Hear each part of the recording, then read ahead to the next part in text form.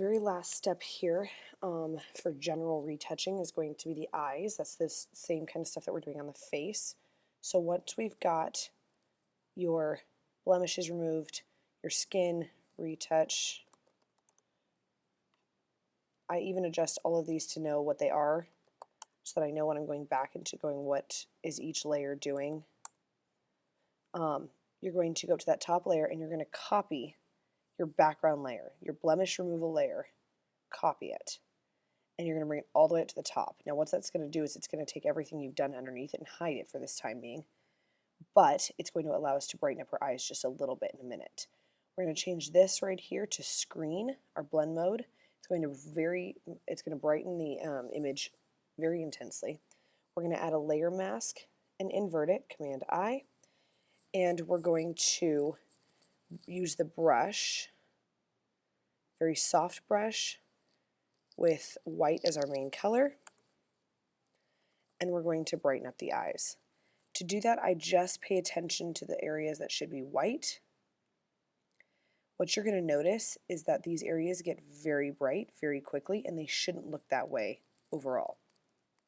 Okay, now you want this to be very clean, so I tend to overdo it, and I find it easier to clean things up at the end than to do it right now. You can also brighten up a little bit in the color of her eye, but be careful doing that too much. You don't want it to look fake. Okay, make sure you leave that center spot as a darker spot because, of course, the pupil of the eye should be darker. So I've got something kind of like this. Okay, now obviously your eyes look way, way too bright. I'm going to clean them up by flipping my colors. I'm actually going to harden my brush a bit, and I'm going to go in and clean up that selection